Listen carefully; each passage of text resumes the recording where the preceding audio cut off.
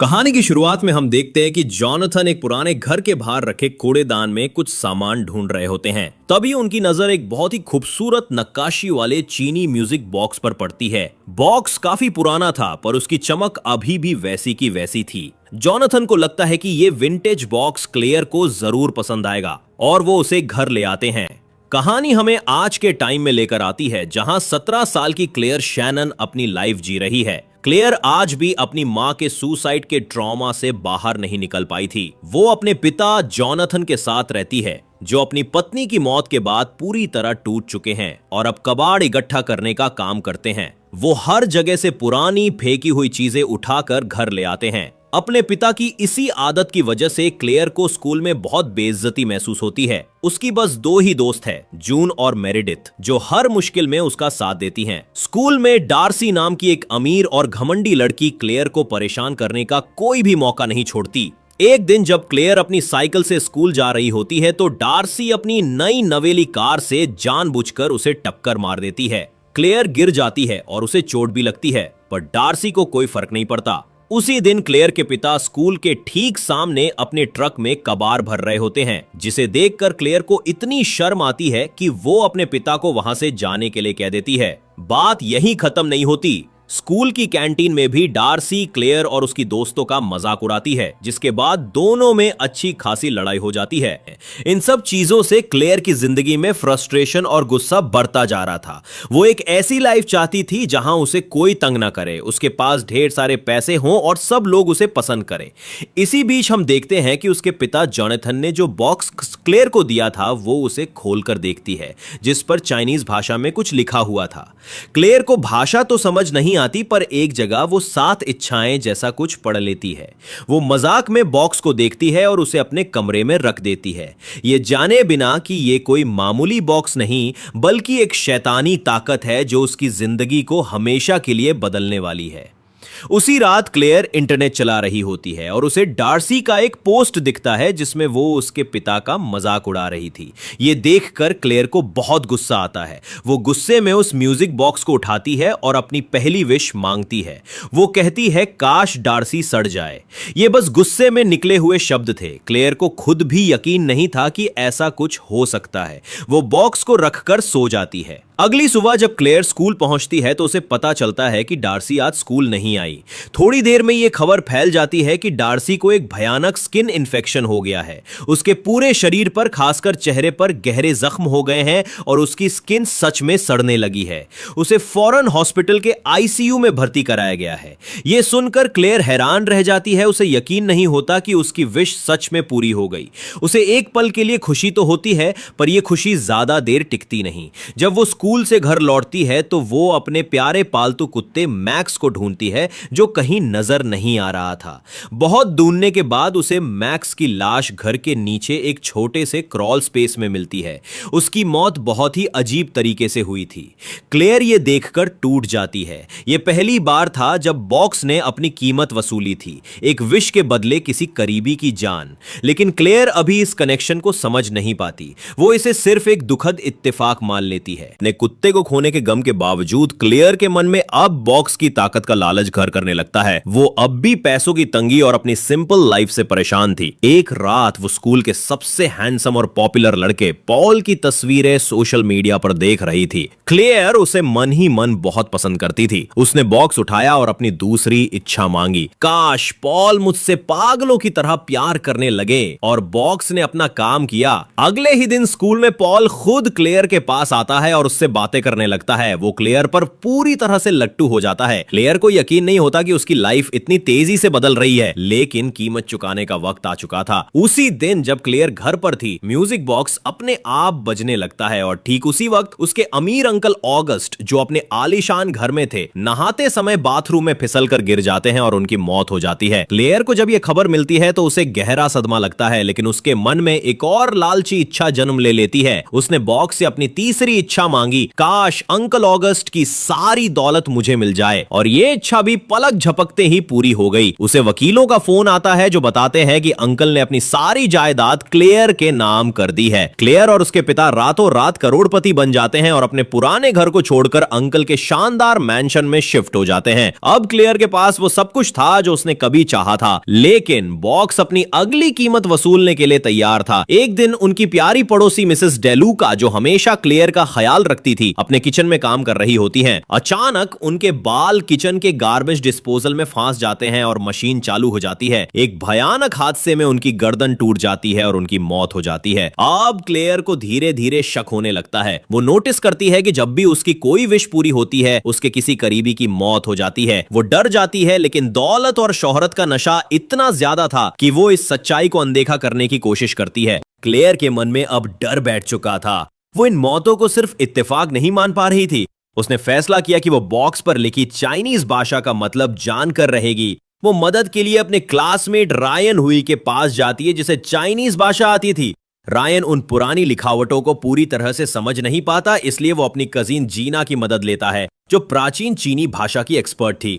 Clear Ryan को box की तस्वीरें भेजती है। जीना उन तस्वीरों को देखकर उस पर लिखे शब्दों को ट्रांसलेट करना शुरू करती है। कुछ देर बाद वो क्लेयर और रायन को जो बताती है, उससे उनके होश ही उड़ जाते हैं। जीना बताती है कि यह कोई नॉर्मल म्यूजिक बॉक्स नहीं है। इस पर लिखा है कि यह अपने मालिक की 7 इच्छाएं पूरी करेगा।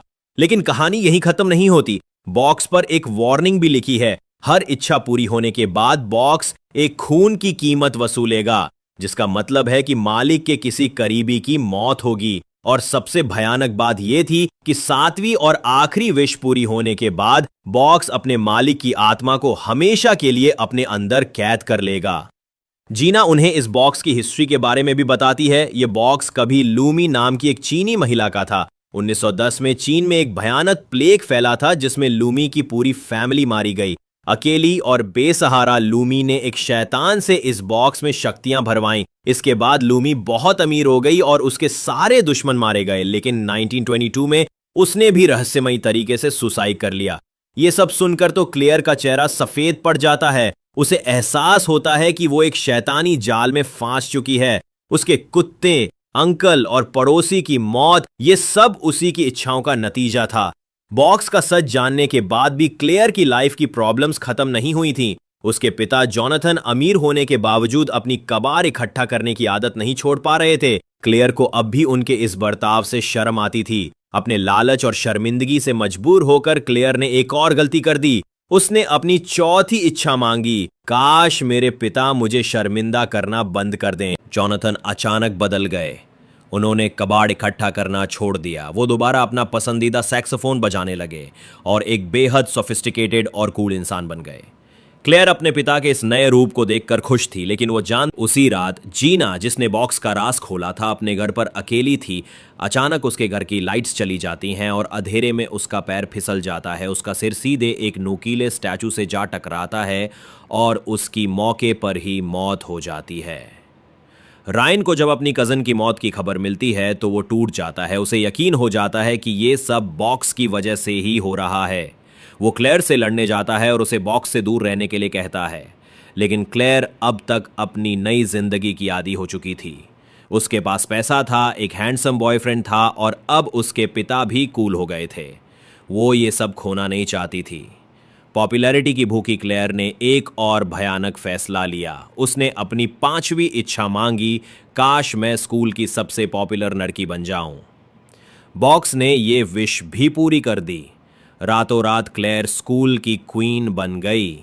हर कोई उससे दोस्ती करना चाहता था, लेकिन इस बार कीमत बहुत बड़ी थी। उसकी सबसे अच्छी दोस्तों में से एक मेरिडिथ एक दिन लिफ्ट का इंतजार कर रही थी। जैसे ही वो लिफ्ट में दाखिल हुई, बॉक्स का शैतानी म्यूजिक बजा और लिफ्ट का केबल टूट गया। लिफ्ट कई मंजिल ऊपर से सीधे नीचे आ गिरी और इस भयानक हादसे में मेरिडिथ की दर्दनाक मौत हो गई। अपनी बेस्ट फ्रेंड की मौत क्लेयर को पूरी तरह से तोड़कर रख देती है। अब उसे समझ आ गया था कि यह बॉक्स कोई वरदान नहीं, बल्कि एक श्राप है जो उसकी खुशियों के बदले उसके अपनों को निगल रहा है।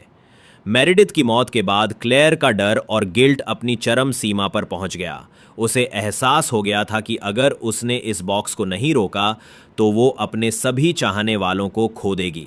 रायन भी उसे लगातार वार्निंग दे रहा था कि 7वीं इच्छा के बाद बॉक्स उसकी आत्मा ले लेगा। अब क्लेयर किसी भी कीमत पे इस बॉक्स से छुटकारा पाना चाहती। उसने और रायन ने मिलकर बॉक्स को नष्ट करने की हर कोशिश की। उन्होंने उसे हथौड़े से तोड़ने की कोशिश की पर बॉक्स पे एक खरोंच तक नहीं आई। उन्होंने उसे जलाने की कोशिश की लेकिन आग का भी उस पे कोई असर नहीं हुआ। वो बॉक्स अनब्रेकेबल था। हार कर क्लेयर बॉक्स को अपने घर के एयर वेंट में छिपा देती है। लेकिन बॉक्स का असर अभी खत्म नहीं हुआ था। उसका बॉयफ्रेंड पॉल, जो बॉक्स की दूसरी विश की वजह से उसे प्यार करता था, अब मेंटली अनस्टेबल हो चुका था। उसका प्यार एक खतरनाक जुनून में बदल गया था। जब क्लेयर उससे दूरी बनाने की कोशिश करती है तो पॉल उसके घर में घुस आता है और उसके सामने अपनी कलाई काट के सुसाइड करने की कोशिश करता है। क्लेयर की दूसरी दोस्त जून को भी अब यकीन हो गया था कि इस बॉक्स ही सारी मुसीबतों की जड़ है। उसे डर था कि क्लेयर लालच में आके फिर कोई इच्छा मांग लेगी, इसलिए एक रात वो क्लेयर के घर से बॉक्स चुरा लेती है। जब क्लेयर को पता चलता है तो वो जून के पीछे भागती है। दोनों के बीच बॉक्स छीनने को लेकर हाथापाई होती है और इस छीना झपटी में जून सीढ़ियों से नीचे गिर जाती है और बुरी तरह घायल हो जाती है। क्लेयर अब पूरी तरह से अकेली और डरी हुई थी। उसने बॉक्स तो वापस ले लिया था लेकिन वो समझ गई थी कि जब तक ये बॉक्स उसके पास है मौत उसका पीछा नहीं छोड़ेगी। अपने दोस्तों को खोने और घायल करने के बाद क्लेयर पूरी तरह से टूट चुकी थी। वो अपनी पुरानी जिंदगी वापस चाहती थी, एक ऐसी जिंदगी जिसमें उसकी मां जिंदा थी। उसे लगा कि शायद उसकी मां का सुसाइड ही उसकी सारी परेशानियों की जड़ है। इसी दर्द और निराशा में उसने अपनी सबसे खतरनाक छठी इच्छा मांगी। उसने बॉक्स से कहा, मैं चाहती हूं कि मेरी मां ने कभी सुसाइड ना किया हो। जैसे ही विश पूरी हुई दुनिया उसकी आंखों के सामने बदल गई। वो अपने घर में थी और अचानक उसकी मां जोआना उसके सामने खड़ी थी। वो जिंदा थी, मुस्कुरा रही थी। इतना ही नहीं, क्लेयर की 2 छोटी बहनें भी थीं जिनके बारे में उसे पता भी नहीं था। एक पल के लिए तो क्लेयर को लगता है जैसे उसकी सारी परेशानियां खत्म हो गई हैं। वो अपनी मां के साथ खुश थी लेकिन ये खुशी भी ज्यादा देर नहीं टिकी।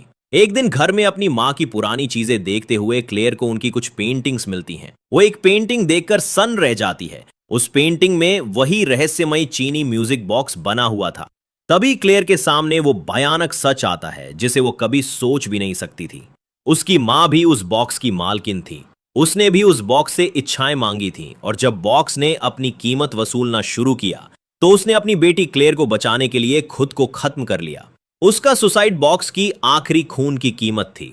ये जानकर क्लेयर के पैरों तले जमीन खिसक जाती है। उसे एहसास होता है कि उसने अपनी मां की कुर्बानी को बर्बाद कर दिया है और उसी शैतानी चक्रा को फिर से शुरू कर दिया है। अब क्लेयर को पता था कि अगला नंबर उसके पिता का है। वो जानती थी कि बॉक्स उन्हें भी नहीं छोड़ेगा। एक दिन जब उसके पिता घर के बाहर एक पेड़ की टहनियां काटने के लिए चेन सॉ का इस्तेमाल कर रहे होते हैं तो क्लेयर का डर हकीकत में बदल जाता है। बॉक्स का म्यूजिक बजना शुरू होता है। अचानक उसके पिता का हाथ फिसलता है और चलती हुई आरी सीधे उनकी तरफ घूम जाती है। इससे पहले कि क्लेयर कुछ कर पाती, चेन सॉ उसके पिता का सिर धड़ से अलग कर देती है।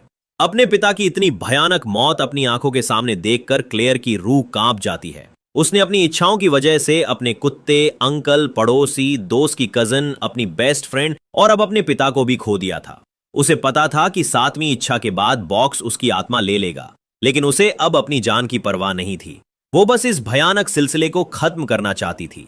दर्द और पछतावे में डूबी क्लेयर बॉक्स को उठाती है और अपनी 7वीं और आखिरी इच्छा मांगती है।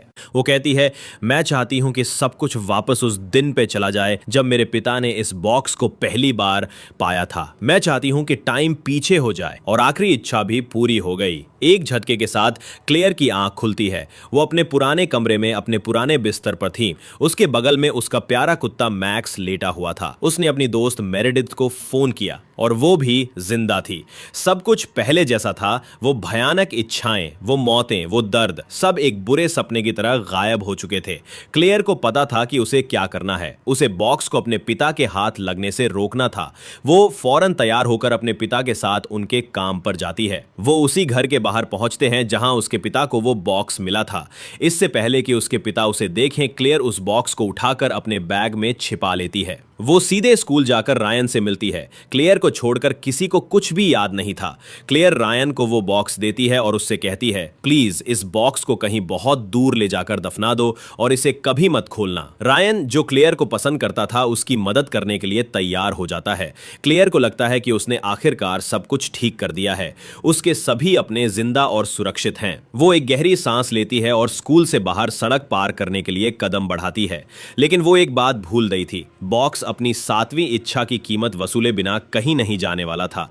जैसे ही क्लेयर सड़क पर आती है, एक तेज रफ्तार कार उसे जोर से टक्कर मार देती है। वो हवा में उछलकर दूर जा गिरती है और उसकी मौके पर ही मौत हो जाती है। और कार चलाने वाली कोई और नहीं बल्कि डार्सी थी। बॉक्स ने अपना अंतिम वादा पूरा किया था। 7वीं इच्छा की खून की कीमत खुद क्लेयर की जान थी और नियम के मुताबिक 7वीं इच्छा के बाद शैतान ने उसकी आत्मा को हमेशा के लिए अपना बना लिया। लेकिन दोस्तों, कहानी यहीं खत्म नहीं होती। फिल्म के मिड क्रेडिट सीन में दिखाया जाता है कि रायन उस बॉक्स को दफनाने के लिए गड्ढा खोद रहा होता है। दफनाने से ठीक पहले उसकी नजर बॉक्स पर लिखी उस लाइन पर पड़ती है, 7 इच्छाएं। उसके चेहरे पर एक पल के लिए लालच और जिज्ञासा की एक झलक दिखाई देती है और यहीं पर फिल्म खत्म हो जाती है। क्या रायन उस बॉक्स का इस्तेमाल करेगा? क्या यह मौत का शैतानी चक्र फिर से शुरू होगा? तो दोस्तों, ये थी विश अपॉन की कहानी। आपको इस फिल्म का कौन सा सीन सबसे ज्यादा डरावना लगा? नीचे कमेंट्स में हमें जरूर बताएं। अगर आपको यह वीडियो पसंद आया तो इसे लाइक करें, अपने दोस्तों के साथ शेयर करें, हमारे चैनल को सब्सक्राइब करना ना भूलें। मिलते हैं अगले वीडियो में एक नई कहानी के साथ।